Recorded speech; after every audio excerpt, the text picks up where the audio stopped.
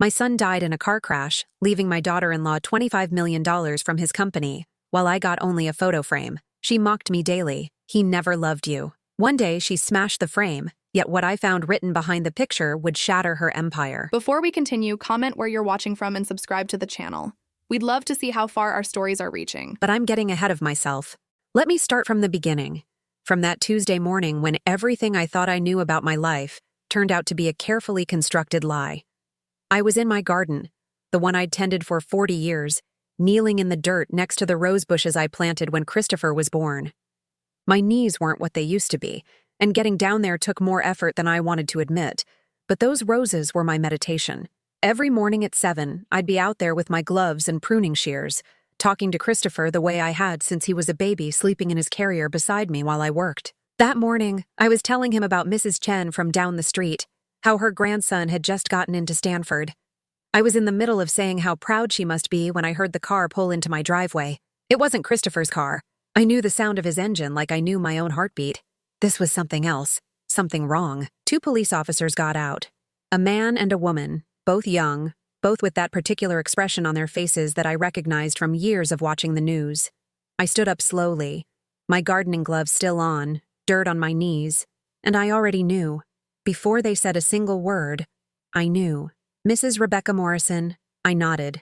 My mouth had gone completely dry. Ma'am, there's been an accident. Your son, Christopher Morrison. We're very sorry to inform you that he didn't survive. The words came at me like they were underwater. Didn't survive. My Christopher. My baby who I'd rocked to sleep every night for 3 years because he was afraid of the dark. My little boy who used to bring me dandelions he'd picked from the yard, convinced they were the most beautiful flowers in the world. Where is he? My voice didn't sound like mine. He's at County Memorial, ma'am. His wife has been notified. She's at the hospital now. Jessica? Of course Jessica was already there. I don't remember much about the ride to the hospital. I remember sitting in the back of the police car, still wearing my gardening gloves, staring at my hands. There was dirt under my fingernails. Christopher used to tease me about that when he was little. Mama, you got dirt fingers, he'd say, giggling. At the hospital, they led me through white corridors that smelled like antiseptic and something else I couldn't name. Death, maybe. Jessica was in a small room with uncomfortable chairs. She looked exactly the same, perfectly styled blonde hair, expensive clothes, makeup applied with precision. She was sitting with her phone in her hand, and when I walked in, she looked up at me with eyes that were dry. Rebecca. She said my name like it was a formality. Jessica. What happened? They said an accident, but his car went off the road on Highway 17. That stretch near Miller's Peak. They said he might have been going too fast. Lost control. Christopher never drove too fast. He was always so careful. People change, Rebecca. You haven't exactly been around much to know how he drove lately. The comment hit me like a slap. It was true in a way. Over the past year, every time I'd called to arrange a visit, there was always some reason why it wasn't a good time. The excuses piled up until I'd started to wonder if I was being too pushy, too needy. I wanted to be around, I said quietly. Jessica didn't respond. She went back to looking at her phone. A doctor came in then. He explained what had happened in medical terms I didn't fully understand. Death was instantaneous, he assured me, as if that was supposed to be comforting. Can I see him? I asked. The doctor hesitated. Ma'am, given the nature of the accident, it might be better to remember him as he was. I want to see my son. Jessica stood up. I've already identified him. There's no need for you to put yourself through that. He's my son. And he was my husband. The doctor is right. You don't need to see him like that. Trust me. But I was too tired to fight, too broken, so I nodded. The funeral was 4 days later. Jessica planned everything. She called to tell me the details, the church, the time, what the service would include. She didn't ask for my input. There will be a lot of people there, she said. Christopher was very well known in the tech community. Important people will be coming. I need you to understand that this is going to be a significant event. It's my son's funeral, I said. Not an event. You know what I mean. Just try to be appropriate. I wore a simple black dress, the one I'd worn to my mother's funeral 5 years ago. At the church, I barely recognized half the people there. Men in expensive suits, women in designer dresses, everyone looking somber in that performative way people do at funerals. Jessica stood at the entrance greeting people like she was hosting a dinner party. When I approached her, she turned and looked at me. Her eyes traveled from my face down to my shoes and back up again. "Rebecca, I'm glad you made it." Made it. Like I might have missed my own son's funeral. The service was beautiful in an impersonal way. The minister talked about Christopher's achievements, his success, his drive. He mentioned the technology company, how he'd employed over 200 people. He talked about Christopher the entrepreneur, Christopher the visionary. He barely mentioned Christopher the son, Christopher the little boy who was afraid of thunderstorms, Christopher the teenager who cried when our dog died. After the service, Jessica held court at their house. I stood in the corner near the kitchen, holding a glass of water I couldn't drink, listening to her talk about a man I barely recognized. Christopher was so driven, she told a group of people. He worked 18-hour days. He was obsessed with success. He wanted to prove himself. I think he felt like he had something to prove. Then she said it. He didn't have the easiest childhood. His father left when he was young, and it was just him and his mother. She did her best, but it was hard. I think that's what drove him. He never wanted to struggle like that again. She was talking about me, making it sound like Christopher's childhood was something he'd had to overcome. The reading of the will happened a week later. The lawyer's office was downtown. Jessica was already there when I arrived. "You're late." I was 3 minutes late because the bus had hit traffic. The lawyer, Mr. Peterson, had us sit down. "Christopher's will is relatively straightforward," he said. "Mrs. Morrison, as Christopher's wife, you are the primary beneficiary. The entirety of his company, valued at approximately $25 million, transfers to you, along with all properties, vehicles, and financial accounts. $25 million. I felt dizzy. For Rebecca Morrison, Christopher's mother, Christopher left a personal item, a photograph in a frame that was in his office. The room went very quiet. "That's it?" I finally asked. "A photograph?" "Yes, ma'am. That's what the will specifies." Jessica was studying her nails, a small smile playing at the corner of her mouth. "There must be some mistake," I said. "Christopher wouldn't." "I assure you, there's no mistake," Mr. Peterson said. Jessica spoke up then. "Rebecca, Christopher provided for the person who was his partner in life. That's what spouses do. I'm sure he assumed you'd be fine. You have your house, your retirement. You don't need anything else." Mr. Peterson pulled out a large envelope and slid it across the desk. Inside was a frame with a photo of Christopher when he was about 7 years old. He was covered in paint, blue and yellow and red, grinning at the camera with that gap-toothed smile. I remembered that day. We'd been painting his bedroom together. "He kept this in his office?" I asked, my voice breaking. Mr. Peterson nodded. Jessica stood up. "If that's everything, I have another appointment. Rebecca, do you need a ride?"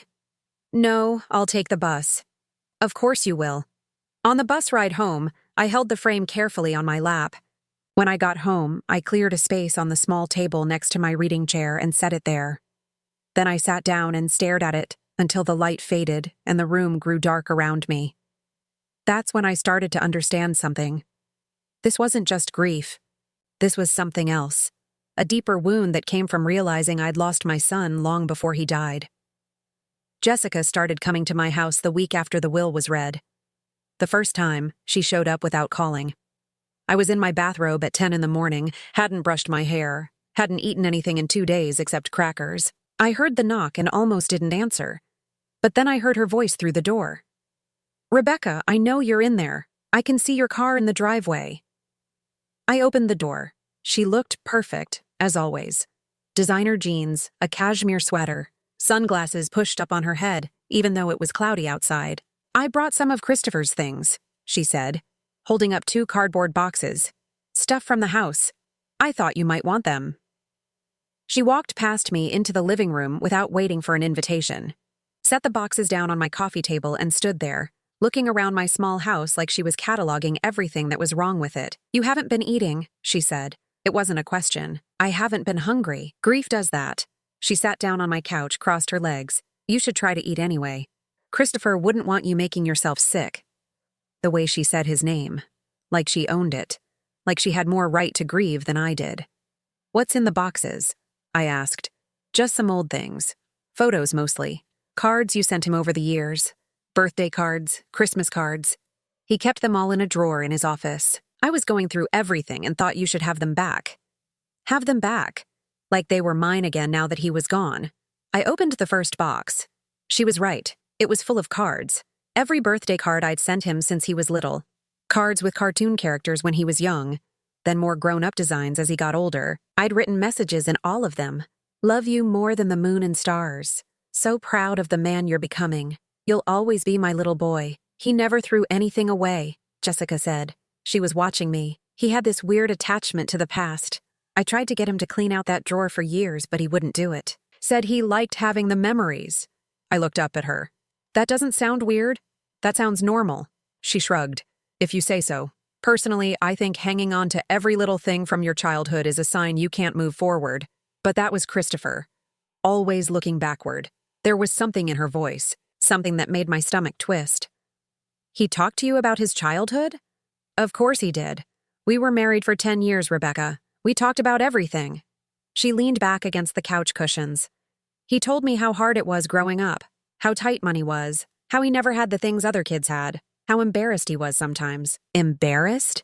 The word came out sharper than I meant it to. Of being poor, of having to wear hand-me-down clothes, of never going on vacations like his friends did. He said there was this field trip in 5th grade to some science museum, and he couldn't go because you couldn't afford it. He said all his friends went and he had to stay at school with the kids who'd gotten in trouble. He said he told everyone he was sick, but really he just didn't have the money. I remembered that field trip. I remembered crying in my bedroom after Christopher went to sleep because I couldn't afford the $35. I remembered working an extra shift at the diner so I could take him to that museum the following weekend. Just the two of us. He'd held my hand the whole time and told me it was better this way because we didn't have to deal with his loud classmates. I took him the next weekend, I said quietly. I'm sure you did, but it wasn't the same, was it? He missed out on being with his friends. That's what he remembered, the missing out. She stood up then, smoothing down her sweater. Anyway, I should go. I have a meeting with the accountants about the company. So much to figure out now that I'm in charge. She walked toward the door, then turned back. Oh, and Rebecca? You might want to go through those cards. Some of them are pretty, intense. All that "you'll always be my little boy" stuff. Christopher used to say it made him feel guilty, like he couldn't grow up without disappointing you. She left before I could respond. I spent the rest of that day going through the boxes. Every card I'd ever sent him was there. Every letter I'd written when he was away at college. Every note I'd tucked into his lunch when he was in elementary school, and I was terrified the other kids would make fun of him for having a single mom. But now, looking at them through Jessica's eyes, through her interpretation of what Christopher supposedly felt, they didn't look loving. They looked desperate, clingy, like I'd been trying to hold on to him too tight. She came back 3 days later. This time she brought a casserole. I made too much, she said, handing it to me. Figured you still weren't cooking for yourself. I wasn't. I'd been living on crackers and tea. She came inside again, settling onto my couch like she belonged there. I've been thinking about you, she said. About how alone you must be now. Christopher was your whole world, wasn't he? He was my son. But you didn't have much else, did you? No hobbies, no close friends. Christopher mentioned that once. How you never really built a life of your own after his father left. How everything revolved around him. I felt something cold settle in my chest. That's not true. I had work. I had friends from church. Had, past tense. Jessica tilted her head. When was the last time you went to church, Rebecca? I couldn't remember. It had been years. After I retired from the diner, I'd stopped going as regularly. And then Christopher got so busy, and it seemed like everyone at church was always asking about him, wanting updates, and it got exhausting pretending everything was fine when months would go by without him calling. That's what I thought, Jessica said.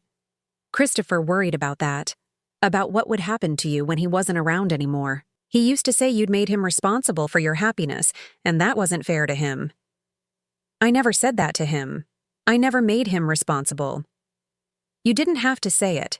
He felt it anyway. Every time you called, every time you wanted to visit, he felt this weight, this obligation. He loved you, Rebecca, but he also felt suffocated by you. The words landed like physical blows. Each one carefully chosen, carefully placed. If he felt that way, why didn't he tell me? My voice was barely a whisper. Because you're his mother. Because he didn't want to hurt you. So he just started pulling away instead. Letting your calls go to voicemail.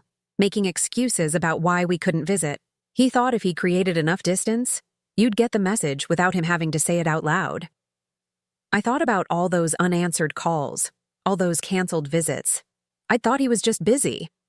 I told myself that successful people don't have time for weekly phone calls with their mothers. I'd made excuses for him in my head, never imagining that the distance was intentional, that it was me he was trying to escape. "I don't believe you," I said, but my voice had no conviction. Jessica sighed.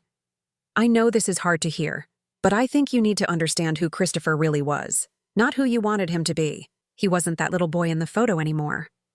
He grew up. He built a life that had nothing to do with his childhood, with you. And he was happy. Happier than he'd ever been." She left after that, but her words stayed.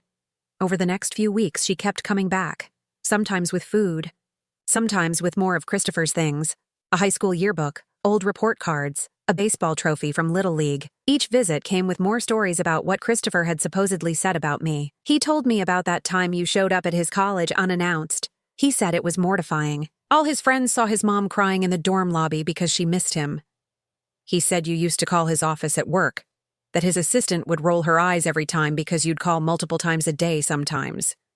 He told me you once showed up at a business dinner he was having with clients, that you didn't understand it was a work thing, and you just sat there while he tried to conduct a meeting.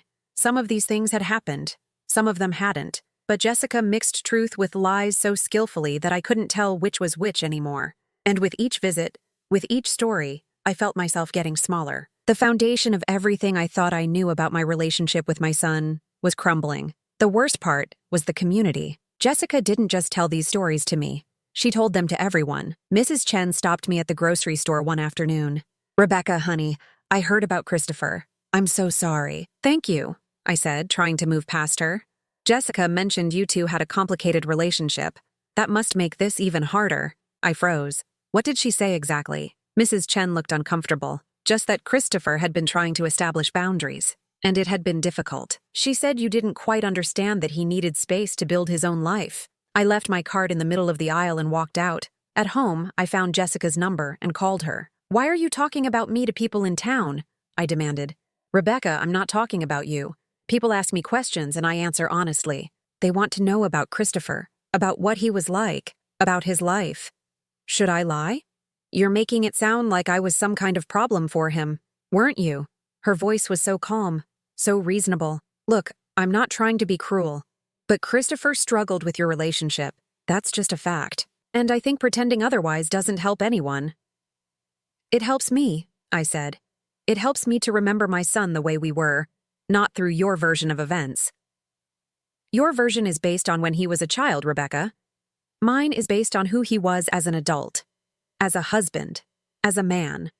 Which version do you think is more accurate?" I hung up, but the damage was done. Everywhere I went, I felt people looking at me differently, pitying me not just because I'd lost my son, but because apparently I'd lost him long before he died and had been too blind to see it.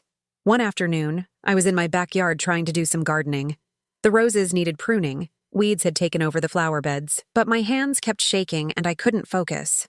That's when I heard Jessica's voice from my back gate. "Rebecca, are you out here?" She came around the side of the house without waiting for permission. She was holding her phone. "I was going through Christopher's email accounts," she said. "Closing things out, you know.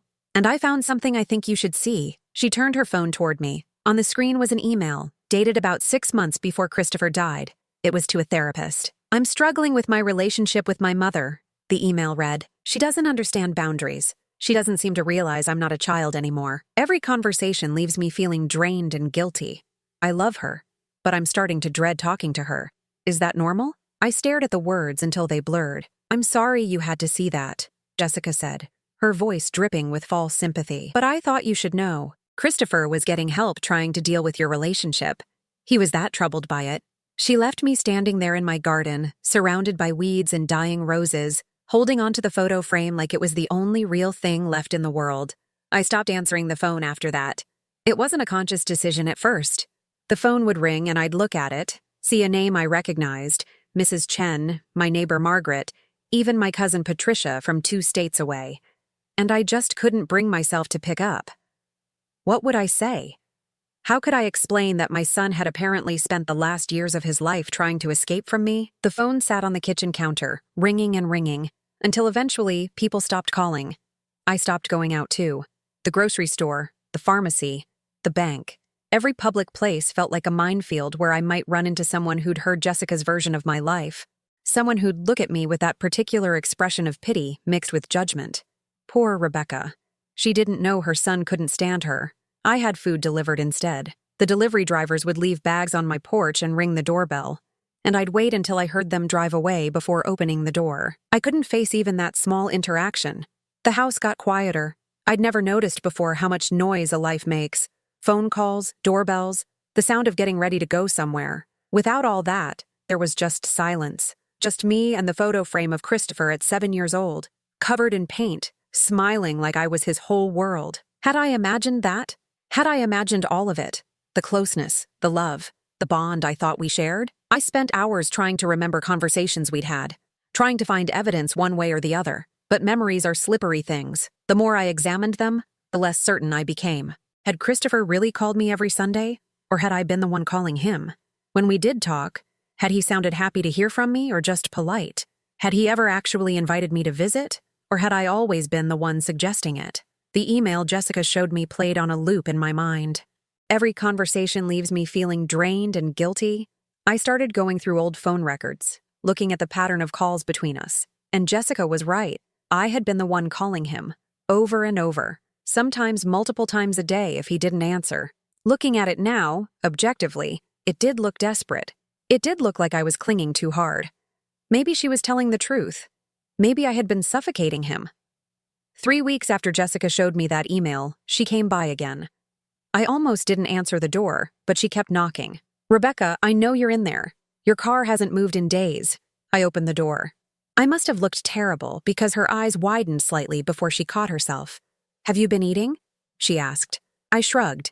Eating seemed pointless. Everything seemed pointless. "Can I come in?" I stepped aside. She walked into my living room and I saw her take in the changes. The unwashed dishes piled in the sink, the mail stacked unopened on the coffee table, the curtains drawn against the daylight. "Rebecca, you can't keep living like this." "Why not?" The question seemed to catch her off guard. Because it's not healthy. Because Christopher wouldn't want this for you. You don't know what Christopher would want. My voice came out flat, emotionless. According to you, I never knew what Christopher wanted. Jessica sat down on the couch, folded her hands in her lap. "That's not what I said. I said you didn't know him as an adult. That's different." "Is it?" She was quiet for a moment. Then, "I came to tell you something. I'm selling the company. I've had several offers, and I'm accepting one this week. $40 million. $40 million. Christopher's company that he'd built from nothing, that he'd worked 18-hour days to create, being sold off. Why are you telling me this? Because I thought you should know. Because despite everything, Christopher came from you. You raised him. You worked those double shifts at the diner to put him through college. You made sacrifices." She paused. "But Rebecca, that's what parents are supposed to do. You don't get credit for doing what you're supposed to do." The cruelty of it took my breath away. Not because it was loud or aggressive, but because it was delivered so calmly, so reasonably. "Christopher built that company for us," she continued. "For our future together. For the family we were planning to have. He told me once that the hardest part of success was knowing it would never be enough to make up for his childhood. That no matter how much money he made, he'd always be that poor kid who couldn't afford the field trip." "I took him to the museum the next weekend," I said again, like I'd said before, but this time my voice was barely a whisper. "I know you did, but it wasn't the same, was it?" She stood up. "I'm going to be leaving town soon. After the sale goes through, there's nothing keeping me here. Too many memories, too much grief. I'm thinking maybe Europe. Christopher and I always talked about living in Italy for a while." After she left, I sat on my couch and looked around my small house. Every inch of it held memories of Christopher. The corner where his baby gate used to be. The wall where I'd marked his height every birthday until he was too old for that kind of thing. The window he'd accidentally broken with a baseball when he was 9. But maybe those weren't happy memories for him. Maybe every time he thought about this house, he felt trapped, smothered. Maybe I'd turned this place into a shrine to a childhood he'd spent his adult life trying to forget. I walked into my bedroom and opened my closet. On the top shelf was a box I hadn't looked at in years. Inside were more photos, more mementos. Christopher's first shoes, a lock of hair from his first haircut. Every drawing he'd made me in elementary school. I'd kept everything. Every single thing. Jessica's word echoed. He had this weird attachment to the past. I tried to get him to clean out that drawer for years. Maybe it wasn't Christopher who had the weird attachment. Maybe it was me. I took the box down and carried it to the kitchen table. Spread everything out. Looked at it all objectively, the way a stranger might. And I saw what Jessica saw. A woman who couldn't let go. A woman who'd built her entire identity around being Christopher's mother and had nothing else. When had I stopped having my own life? When had Christopher become the only thing that mattered? I couldn't remember. It had happened gradually, I suppose. After his father left, it was just the two of us. Christopher became my purpose, my reason for getting up every morning. And when he went to college, then started his business, then got married, I'd never adjusted. I'd never built something else to fill the space he left behind. I just waited. Waited for his calls. Waited for his visits. Waited for him to need me again the way he had when he was small. But he never did. He grew up. He moved on. And I stayed frozen in time, clutching at memories of a little boy who didn't exist anymore. That night, I couldn't sleep. I lay in bed staring at the ceiling, thinking about that email to the therapist. I'm starting to dread talking to her. He'd dreaded talking to me, his own mother, and I'd never known. I'd just kept calling, kept pushing, kept trying to maintain a relationship he didn't want anymore. At 3 a.m, I got up and went to the kitchen, made myself tea I didn't drink, sat at the table with all of Christopher's childhood things spread out around me, and I made a decision. I would leave. I would sell this house with all its suffocating memories. I'd move somewhere far away where no one knew me, knew Christopher, knew the whole sad story of a mother who loved her son too much. I'd start over, build an actual life, the kind of life I should have built 20 years ago instead of making Christopher my entire world. It was the only way to honor him, I thought. To finally let him go the way he'd been trying to let me go. I spent the next few days researching retirement communities, places in Florida, Arizona, Oregon, somewhere warm, somewhere far from here, somewhere I could disappear into anonymity. I was filling out an application for a place in Scottsdale when Jessica called. "Rebecca, I'm having an estate sale at the house this weekend. Furniture, decorations, Christopher's clothes, everything. I'm getting rid of it all before I leave. I wanted to give you a chance to come by before the public sale, in case there's anything you want." "I don't want anything," I said. "Are you sure? There might be things with sentimental value. Photos, books, maybe some of his belongings from when he was younger that somehow ended up here." I almost said no. I almost told her I was done, that I was moving away, that I didn't need any more reminders of the son who'd dreaded talking to me. But something made me say yes, some small part of me that wasn't ready to completely give up, even though I knew I should. "Friday afternoon," Jessica said. "Come around 2. The sale starts Saturday morning, so it's your only chance." Friday afternoon, I drove to the house I'd only been to twice before. It looked different in the afternoon light, emptier somehow, even from the outside. Jessica's car was in the driveway. She answered the door in jeans and a t-shirt, her hair pulled back. It was the most casual I'd ever seen her. "Thanks for coming," she said. "I know this must be hard for you." The house was mostly bare. Furniture was tagged with prices. Boxes were stacked everywhere. It looked like Christopher had never lived here at all. "Take your time," Jessica said. "Look around. Take whatever you want." I walked through the rooms slowly. The living room where I'd stood at Christopher's funeral reception, the kitchen where I imagined him eating breakfast, the office where he'd built his company.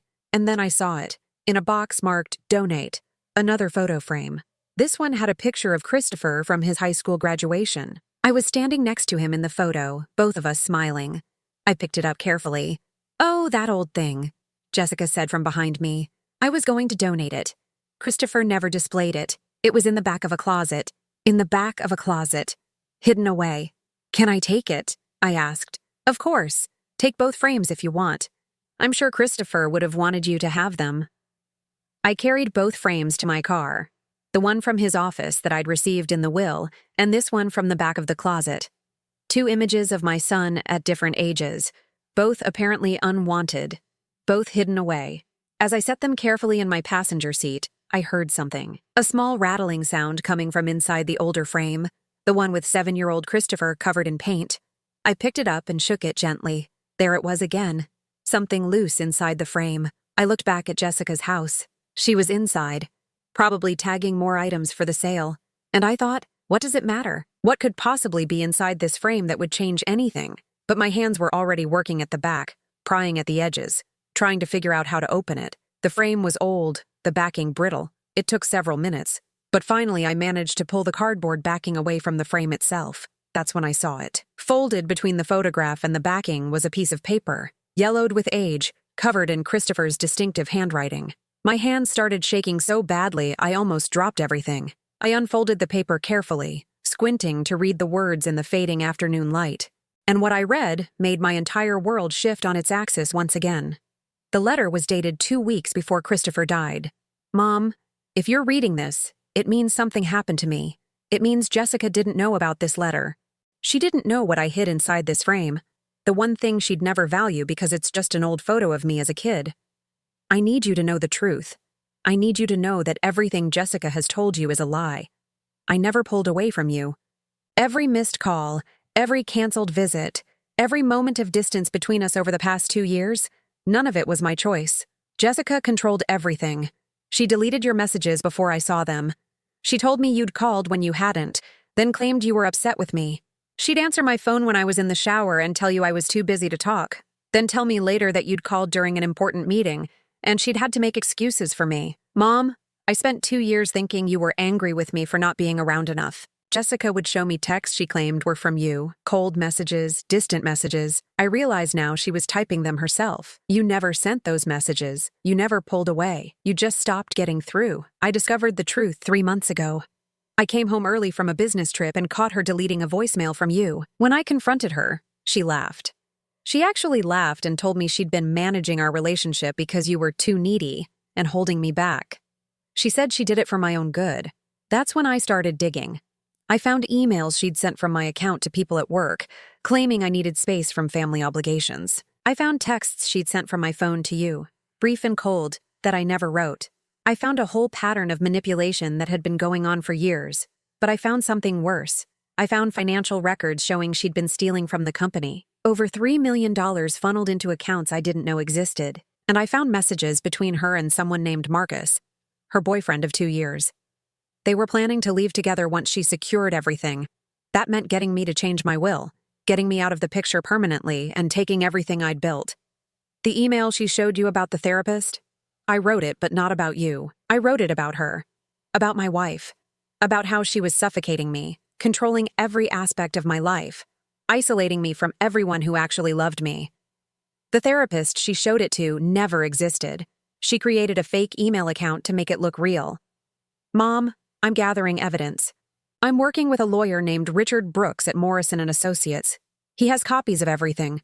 The financial fraud, the texts, the pattern of isolation. He has proof that Jessica sabotaged my car. The brakes, Mom. She paid someone to cut the brake lines. I have the mechanic's statement. I have the paper trail. I've created a new will. The real one. Everything goes to you, not her.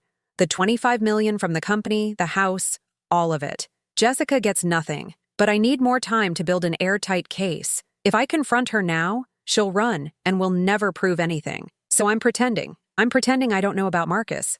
I'm pretending I don't see her stealing. I'm pretending everything is fine while I document everything. But Mom, I'm scared. If something happens to me before Richard and I finish building the case, Jessica will inherit everything through the old will, and you'll have nothing. That's why I hid this letter.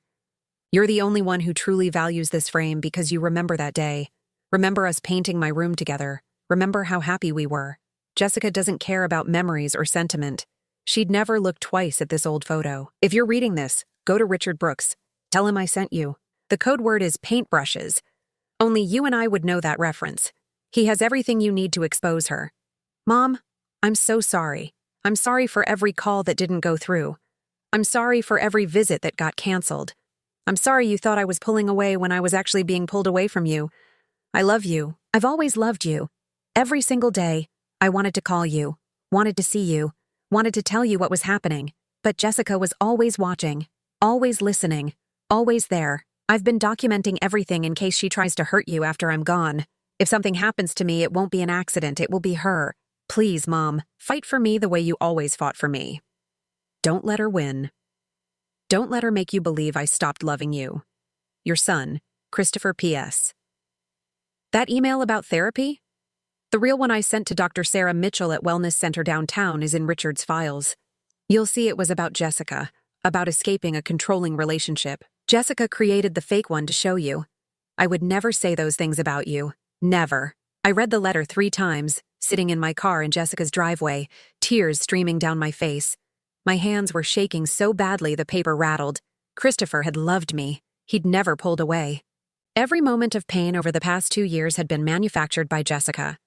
Every doubt she'd planted, every story she'd told, every piece of evidence she'd shown me, all of it was lies. And the car accident. Not an accident. Murder. I looked up at the house. Jessica was inside, preparing to sell off Christopher's belongings and leave the country with $40 million. Money from a company she'd been stealing from while planning her husband's death. My grief transformed into something else, something harder and colder. I carefully folded the letter and put it in my purse. Then I took out my phone and searched for Morrison and Associates. Found the number. Called. Morrison and Associates. How may I help you? I need to speak with Richard Brooks.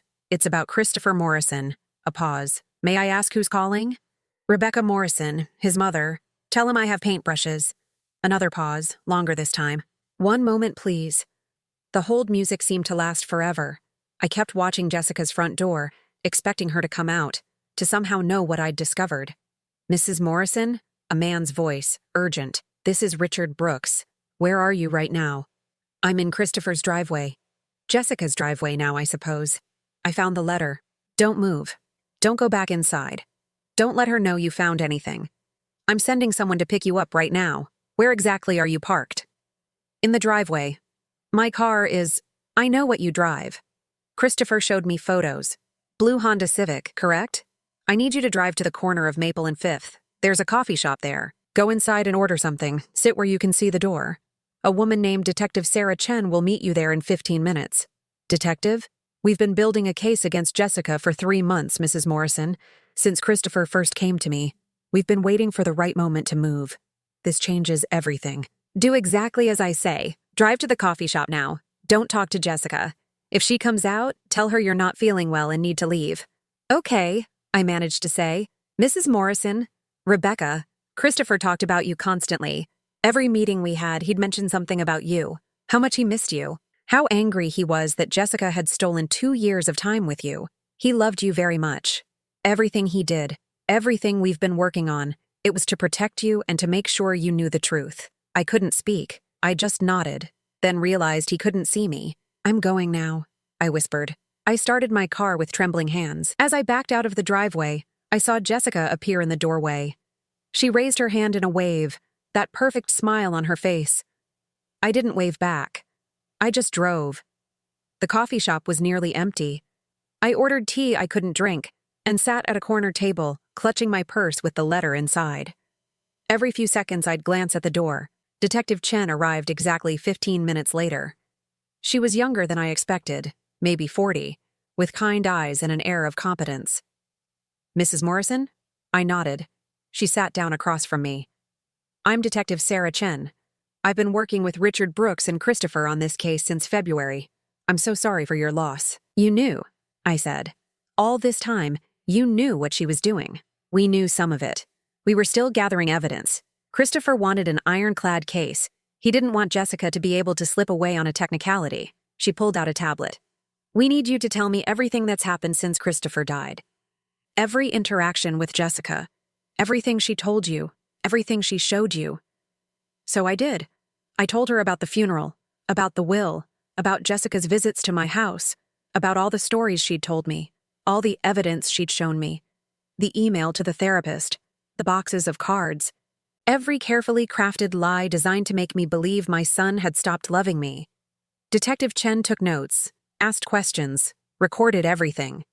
She's been building a narrative, Chen said when I finished, making you doubt yourself, isolating you, ensuring that if you ever tried to contest anything, no one would believe you. She'd have witnesses, people in town who'd heard her version.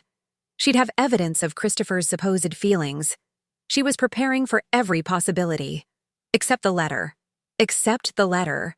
She never knew about the frame, about what Christopher hid inside it. That's going to be her downfall. Chen leaned forward. Mrs. Morrison, I need to ask you something difficult. Can you go back to her house tomorrow? Can you act like nothing has changed? We need one more piece of evidence. We need her confession on record. What do you mean? Richard has everything related to the financial fraud and the sabotage of Christopher's car, but we don't have her admitting to it in her own words. If you can get her to talk, to confess, while wearing a wire, we can arrest her immediately. Otherwise, she might be able to claim she didn't know about the brake lines, that someone else accessed the accounts, that the evidence is circumstantial. I thought about the past months, about every cruel word Jessica had spoken, about how she'd systematically destroyed my memory of my son, made me question every moment of love we'd shared. Tell me what to do, I said. Detective Chen smiled. We're going to give Jessica exactly what she wants. We're going to make her think she won. The next morning, I put on the same worn black dress I'd worn to Christopher's funeral. Detective Chen had helped me rehearse what to say, how to act. I needed to seem broken, defeated. That part wasn't hard. I'd been broken and defeated for months. The difference was now I knew why. The wire was smaller than I expected. Detective Chen taped it under my dress along my rib cage. It felt cold against my skin. Just get her talking, Chen said. Ask her questions. Let her brag. People like Jessica can't resist gloating when they think they've won. Richard Brooks was there too, in the surveillance van parked 2 blocks from Jessica's house. Mrs. Morrison, you're incredibly brave to do this. I'm doing it for Christopher, I said. I drove to Jessica's house at 10 o'clock, just like she'd asked when she called the night before. I wanted to say goodbye properly, she'd said. Before I leave town, I think we should talk, Rebecca. Clear the air. She answered the door in yoga pants and a designer sweatshirt. Her hair was pulled back in a ponytail. She looked relaxed, happy. Rebecca, come in. I made coffee. The house was even more empty than it had been yesterday. Most of the furniture was gone. Boxes were stacked everywhere, ready for the estate sale later that afternoon. I'm glad you came, Jessica said, handing me a mug. I've been thinking about our last conversation, about everything I've told you these past months, about Christopher, I said quietly, about how he felt about me. Yes, she sat down on one of the few remaining chairs. I want you to understand something, Rebecca. I didn't tell you those things to be cruel. I told you because I thought you deserved to know the truth about your relationship with your son. The truth, I repeated, that he'd outgrown you, that he'd built a life that didn't include you anymore, that he found your presence exhausting. She sipped her coffee. I know that's painful to hear, but knowing the truth is better than living in a fantasy. My hands tightened around the mug. I thought about Christopher's letter, about how every word Jessica had spoken to me was a lie. Why are you really here, Jessica? She blinked. What do you mean? You didn't have to tell me any of those things. You could have just let me believe Christopher loved me, that we were close. Why did you spend months coming to my house, feeding me story after story? What did you get out of it? Something flickered across her face. Surprise, maybe, or calculation. I was trying to help you move on, she said carefully. By destroying every good memory I had of my son? By giving you the truth so you could heal properly, so you wouldn't spend the rest of your life wondering why he pulled away. But he didn't pull away, did he? I set down my coffee mug. That's what I've been thinking about. Christopher was always so kind, even when he was busy, even when he couldn't visit. He was never cruel. He was never cold. But according to you, he spent years resenting me, dreading talking to me, wanting distance. That doesn't sound like the Christopher I raised. Jessica's expression hardened slightly. People change, Rebecca. The Christopher you raised became a different person. A successful person. Someone who didn't need his mother hovering over him anymore. Is that why you deleted my messages from his phone? To protect him from my hovering? The silence that followed was absolute. Jessica's face went very still. I don't know what you're talking about. I think you do. I stood up, surprised at how steady my voice was. I think you spent 2 years keeping Christopher away from me, making him think I didn't want to talk to him, making me think he didn't want to talk to me. Why would you do that, Jessica? She stood too, her jaw tight. You're not making any sense. Maybe the grief is affecting your mind more than I thought. Or maybe you needed to isolate him, keep him away from anyone who might notice what you were doing, like stealing from his company.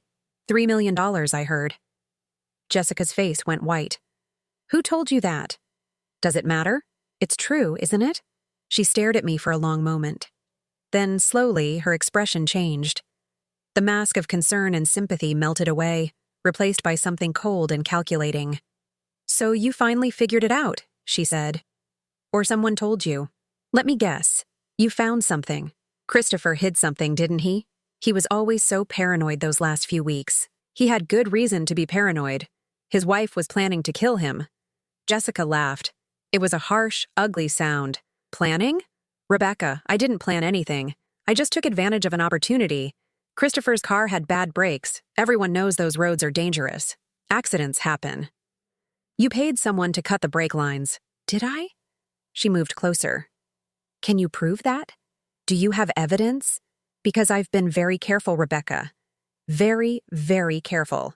And even if you somehow found proof, who's going to believe you? The sad old woman whose son couldn't stand her? The mother who called obsessively? Who showed up uninvited? Who made Christopher's life miserable with her neediness? That's not true. It doesn't matter if it's true. It matters what people believe. And I've spent 2 years making sure everyone believes my version." She smiled. "You want to know why I really did it? Why I kept you away from Christopher? Why I told you all those stories? Why I made you doubt everything you thought you knew? Why? Because I could. Because it was fun watching you fall apart. Because you're weak, Rebecca. You're so desperate to be loved that you'll believe anything.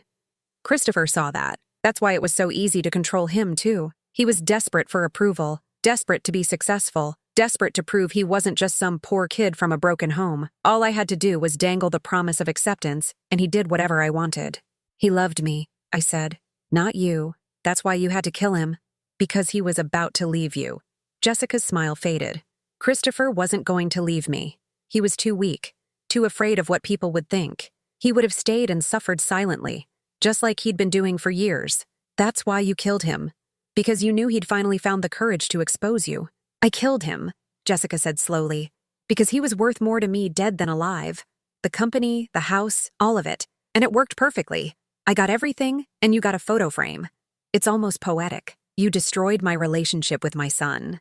I destroyed the fantasy you had about your relationship with your son. There's a difference." She moved even closer. "And you know what the best part is? Even if you tell everyone what I just said, even if you go to the police, it won't matter. It's your word against mine. And I'm the grieving widow with $25 million who can afford the best lawyers in the country. What are you? A retired waitress living on Social Security. Who's going to believe you?" "I will," said Detective Chen's voice. Jessica spun around. Chen was standing in the doorway, her badge held up. Behind her were 3 uniformed officers. "Rebecca Morrison, you're under arrest for the murder of Christopher Morrison, embezzlement and fraud." The color drained from Jessica's face. "You were recording this? That's entrapment. You can't." "It's not entrapment when you voluntarily confess," Chen said. She nodded to the officers, who moved forward with handcuffs. Jessica looked at me, and for the first time, I saw real fear in her eyes. "Rebecca, please. I didn't mean those things. I was just upset. You know, grief makes people say crazy things." I thought about all the months she'd spent systematically destroying me, all the lies she'd told, all the pain she'd deliberately inflicted. "I know exactly what grief makes people say," I told her, "and I know exactly what kind of person you are." As they led her out in handcuffs, she screamed at me. "He still didn't love you the way you wanted him to. You were still suffocating him." That part was true. But her words had no power anymore. I knew the truth now. I had Christopher's letter. I had his real feelings in his own handwriting. After they took Jessica away, I sat down on the floor of that empty house and cried. Not the desperate, hopeless tears I'd been crying for months. These were different. These were tears of relief. Of grief, yes, but also of love reclaimed. Detective Chen sat down next to me. She didn't say anything. She just sat there while I cried. Finally, I asked, "What happens now?" "Now, Richard Brooks files the real will. The one Christopher created with him. Everything Jessica inherited gets transferred to you. The company, the house, all of it. And she goes to prison for a very long time." "I don't want the money," I said. "I just wanted my son back." "I know, but this is what Christopher wanted. He wanted you taken care of. He wanted you to know he loved you. He wanted Jessica punished." Chen pulled out an envelope. "Richard asked me to give you this. It's from Christopher. He left it with Richard 3 months ago." I opened it with shaking hands. Inside was a short letter in Christopher's handwriting. "Mom, if you're reading this, Richard and Detective Chen have done their jobs. Jessica is going to pay for what she did. But more importantly, you know the truth now. You know I never stopped loving you. You know I never pulled away. You know that every moment of distance was manufactured by someone who was trying to hurt us both. I'm sorry I couldn't tell you while I was alive. I'm sorry I had to pretend. I'm sorry for every birthday call that didn't happen, every holiday visit that got canceled, every time you must have wondered if I still cared. I cared, Mom. I loved you. 1 year later, I was in my garden on a Tuesday morning, kneeling in the dirt next to the rose bushes I'd planted when Christopher was born. My knees still weren't what they used to be, but somehow it didn't hurt as much anymore. Or maybe I'd just learned to accept the ache as part of the work, part of the process of making something beautiful. The roses were blooming, deep red, the color Christopher had always loved. I'd let them die after he passed, couldn't bear to tend them when everything felt so hopeless. But last spring, I'd started again. Pruned the dead branches, fertilized the soil, watered them every morning just like I used to. They came back stronger than before. "Mrs. Morrison?" a voice called from the driveway. I looked up to see Detective Chen walking toward me carrying a folder. She'd become something like a friend over the past year. She'd been there for every court date, every legal proceeding, every moment when I needed someone who understood what Jessica had done. "Sarah," I said, pulling off my gardening gloves, "I wasn't expecting you today. I wanted to deliver this in person." She handed me the folder. "It's done. Jessica was sentenced this morning. 30 years for second-degree murder, 15 years for embezzlement and fraud, sentences to run consecutively. With her age and the evidence, she'll likely die in prison." I opened the folder and looked at the official documents. 45 years. Jessica was 38. She'd be 83 when she got out if she lived that long. "How did she react?" I asked. "She cried, begged the judge for mercy, said she was sorry, that grief had made her temporarily insane, that she never meant to hurt anyone." Chen sat down on my porch steps. The judge didn't buy it, not after hearing the recordings of her confession, seeing the evidence of premeditation, reading all the statements from people she'd manipulated. I thought about the Jessica I'd first met 10 years ago at Christopher's wedding. She'd seemed so perfect then, so polished and put together. I'd been happy Christopher had found someone who seemed to adore him. I wondered now if any of it had been real, or if she'd been performing from the very beginning. "The company sale went through," Chen continued. "Richard said the final paperwork is signed. $42 million transferred to the trust Christopher set up for you. $42 million. An impossible number. More money than I'd ever imagined having. I still don't know what to do with all that," I admitted. "You'll figure it out. You have time." I'd already started, actually. Last month, I'd donated $2 million to the shelter where I used to volunteer, back before Christopher got busy, and I'd stopped having time for anything except waiting for his calls. Another $1 million went to a scholarship fund for single mothers trying to put their kids through college. Christopher would have liked that. The house? Christopher and Jessica's massive, cold, modern house, I'd sold immediately. Couldn't stand to be in it. Couldn't stand to own anything she'd touched. The money from that sale went to a foundation supporting victims of domestic manipulation and gaslighting, because that's what Jessica had done to Christopher to me. She'd been an abuser, just a subtle one.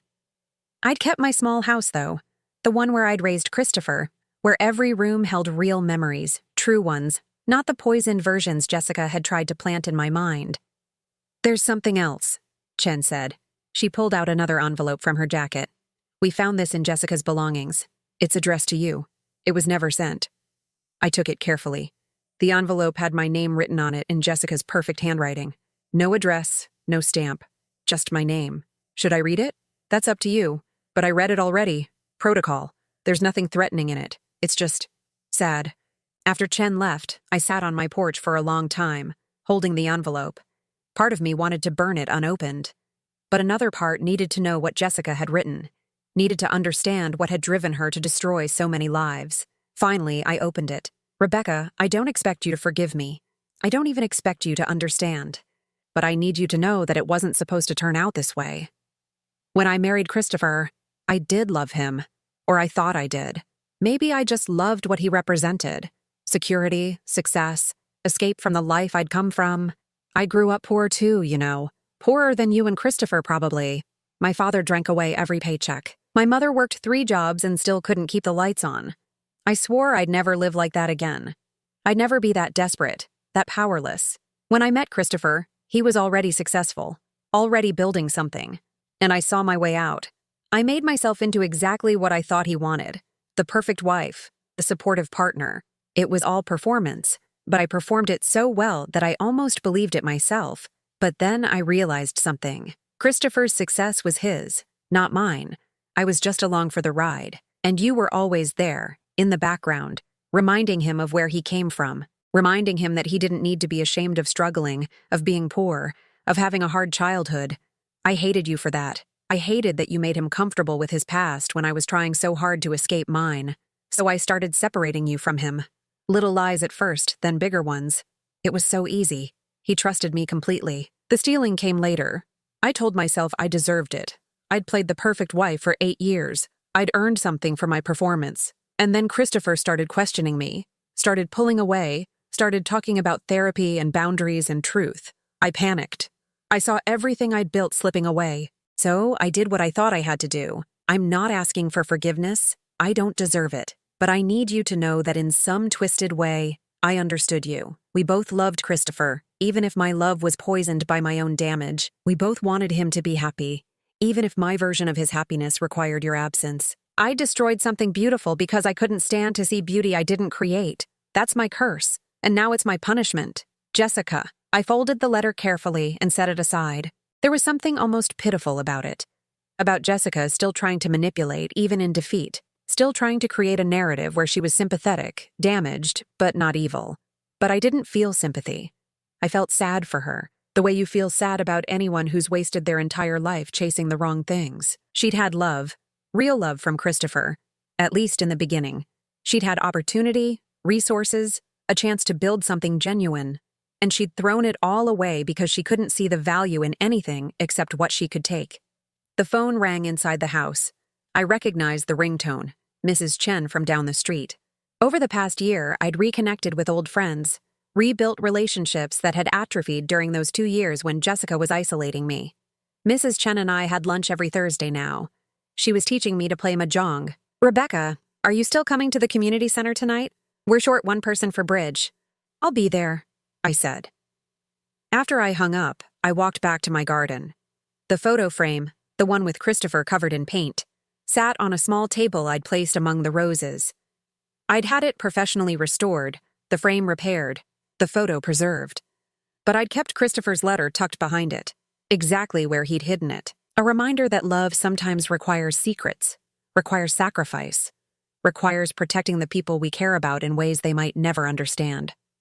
Next to it now was the graduation photo I'd rescued from Jessica's house. Christopher and me together, both smiling. I'd had it reframed, and I kept it out here in the garden where I spent my mornings. I planted new roses, I told the photos, continuing my habit of talking to Christopher while I worked. The yellow ones you always wanted me to try. You were right. They're beautiful. They smell different than the red ones. Sweeter, maybe. A breeze rustled through the garden, warm and gentle. Mrs. Chen asked about you yesterday. She wanted me to tell you she's proud of you, of what you built, of who you were, of how you protected me even when I couldn't see it. I paused, pulling a weed from between the roses. I'm proud of you too, sweetheart. I always was. My phone buzzed. A text from Richard Brooks, Christopher's lawyer who'd become another unexpected friend through all of this. Board meeting at 2 p.m. if you're still planning to attend. They're excited about the new community outreach initiative you proposed. The company, Christopher's company. After the dust settled, after Jessica was arrested and the real will was executed, I'd inherited Tech Vision Solutions, all $42 million worth of it. I could have sold it immediately. Probably should have. What did I know about running a technology company? I was 68 years old. I'd been a waitress for 35 years, but the employees had asked me not to. They'd sent a delegation to my house, led by a young woman named Amanda who'd been Christopher's first hire. Christopher built something special here, Amanda had said. It wasn't just about the technology. It was about treating people right, about building something ethical and sustainable. Jessica was starting to change that. She was cutting corners, pushing for profits over people. If you sell to a big corporation, they'll gut what Christopher built. But if you stay, even just as the owner, we can preserve his vision. So I'd stayed. Not as CEO, I'd promoted Amanda to that role. But as owner, as the person who made sure the company's values stayed true to what Christopher had wanted, I attended board meetings, asked questions, learned about technology I'd never imagined I'd understand. The employees had embraced me. They'd known Christopher talked about his mother constantly, had known Jessica was lying about our relationship. They'd seen his photo of us on his desk, had heard the warmth in his voice when he mentioned me on the rare occasions Jessica wasn't around to monitor his conversations. We knew something was wrong, Amanda had told me. Christopher changed about 2 years ago, got quieter, more withdrawn. We thought it was stress, but now we understand. He was trapped, and he was trying to find a way out. I'd learned something over this past year. I'd learned that grief doesn't end, but it transforms. The raw, desperate pain of those first months had mellowed into something else. A permanent ache, yes, but one I could carry. One that didn't consume me. I'd also learned that I was stronger than I'd thought. For months, I'd let Jessica convince me I was weak, needy, pathetic, but I wasn't. I'd raised a son alone. I'd worked double shifts to give him opportunities. I'd survived the loss of my marriage, the loss of my son, and the systematic destruction of my reality. And I was still standing, still growing roses, still living. That evening, I drove to the community center for bridge. As I walked in, Margaret from 3 houses down waved me over. "Rebecca, we saved you a seat. And guess what? I made that coffee cake you mentioned liking." I settled in with the cards, with these women who'd become my friends, and I felt something I hadn't felt in years. I felt like I belonged somewhere. Not because of Christopher, not because of who I was in relation to someone else, but because of who I was on my own. Later that night, back home, I sat on my porch with a cup of tea and looked up at the stars. I thought about Christopher up there somewhere, if there was an up there. I hoped he could see me now, see that I was okay, see that his sacrifice, his careful planning, his hidden letter, his protection even from beyond death, hadn't been wasted. "I'm living, sweetheart," I whispered to the darkness, "just like you asked me to. I'm living with love, with joy, with purpose. I'm tending the roses. I'm making new friends. I'm even running your company. Can you believe it?" Me, running a tech company. You'd laugh. The wind chimed through the trees, a sound like laughter. I thought about Jessica in prison, about how she'd spent so much energy destroying things when she could have been building them, about how she'd confused taking with earning, manipulation with love, control with security. I didn't forgive her. I didn't need to. Forgiveness wasn't for her anyway. It was for me, for my own peace, and I'd found peace without it. What I'd found instead was understanding. Understanding that some people are so damaged by their own wounds that they wound everyone around them. Understanding that Christopher had seen that damage and had worked to protect me from it. Understanding that love, real love, sometimes means distance, means secrets, means doing hard things to keep the people you care about safe. I'd also found gratitude. Gratitude that I'd had Christopher for 38 years, even if the last 2 had been stolen. Gratitude that he'd loved me enough to plan for my protection even knowing it might cost him his life. Gratitude that the truth had come out, that his real will had been found, that Jessica's lies had been exposed. Most of all, I'd found myself again. The person I'd been before grief and gaslighting had nearly destroyed me. Strong, capable, worthy of love and respect. I stood up and walked back into my house, my small, warm, memory-filled house that had witnessed all of Christopher's childhood and now witnessed my rebirth. The photo frame sat on my mantel now, right in the center where it belonged. Christopher at 7, covered in paint, grinning at me like I was his whole world, and I'd been his whole world then, just like he'd been mine, just like, in many ways, he still was. But now I had other worlds too, other purposes, other joys. I touched the frame gently. "Good night, sweetheart. I'll see you in the morning. We'll talk while I do the roses."